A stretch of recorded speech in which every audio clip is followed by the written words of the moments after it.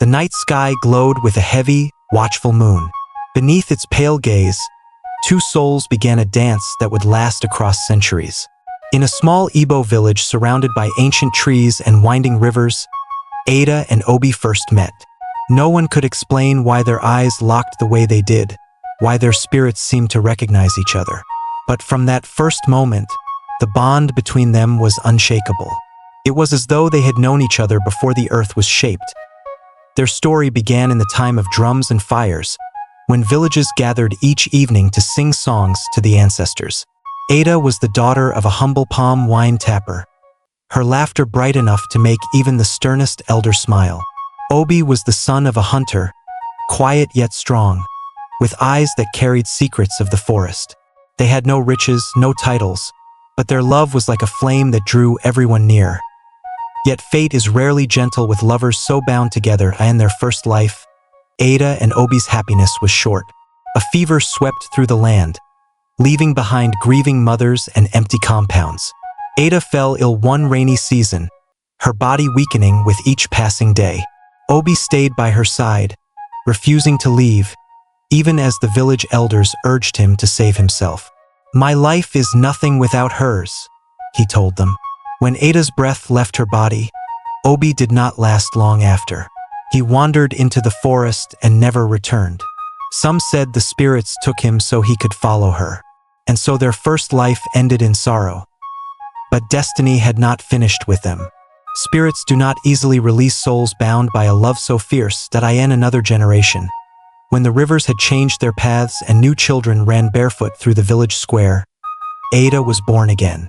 This time she was Ife, the daughter of a yam farmer, with bright eyes that glistened like morning dew.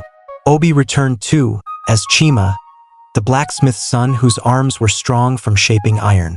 Once again, their paths crossed as if guided by unseen hands. From the first day Chima saw Ife at the stream, carrying a clay pot balanced on her head, he felt his heart strike a rhythm older than his body.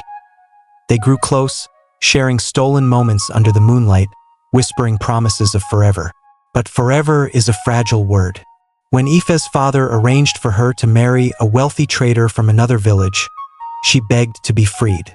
Her father's reply was firm: "Love does not fill the barn. Love does not buy goats." Ife's tears fell like rain, but she had no choice. On the night before her wedding, she and Chima tried to flee into the forest. The villagers caught them and punishment was swift. Ife was forced into marriage, and Chima, heartbroken, wasted away. Within months, he too was gone. Once more, their love was torn apart. The ancestors watched and whispered. Twice they had met, twice they had fallen, and twice they had been broken. But the thread that bound their spirits was not cut. The world turned, seasons shifted, and Ada returned again. This time she was Ngozi, born to a family of healers. She was gifted, her hands able to soothe pain, her voice carrying the calm of rivers. Obi too was reborn as Uche, a young warrior with courage as fierce as a lion's roar. They met at a festival, where dancers painted in white chalk leapt around the fire. Uche caught sight of Ngozi and froze, as though his spirit had finally come home. She too recognized him, though she could not explain why her heart surged with memory. Their love blossomed in secret, but fate again was unkind. A war broke out with a neighboring clan, and Uche was called to fight.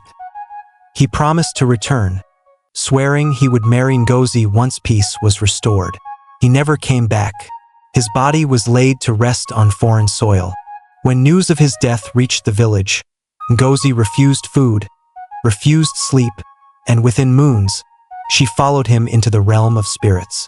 The villagers mourned her, saying hers was a heart too loyal for this world. 3 lives, 3 tragedies. Yet love is stubborn, loved, and 4 times death had torn them apart before their days could ripen. The elders of the spirit world gathered, shaking their heads. "These two are bound beyond the laws of earth and sky," one spirit said. "If they meet again, no chain of fate can keep them apart." Another whispered, "Yet their love brings only sorrow, for they never see old age together." The gods decided then to scatter them, to hide their spirits away. No longer would they be born in the same time or place. Their love, though powerful, was too dangerous. And so Ada and Obi were cast into silence, their souls waiting, yearning, restless in the darkness between lives. But fate does not always obey the commands of gods. For in another time, in another story, their paths would cross again, through the choices of a queen and the hunger of a woman who had lived too long.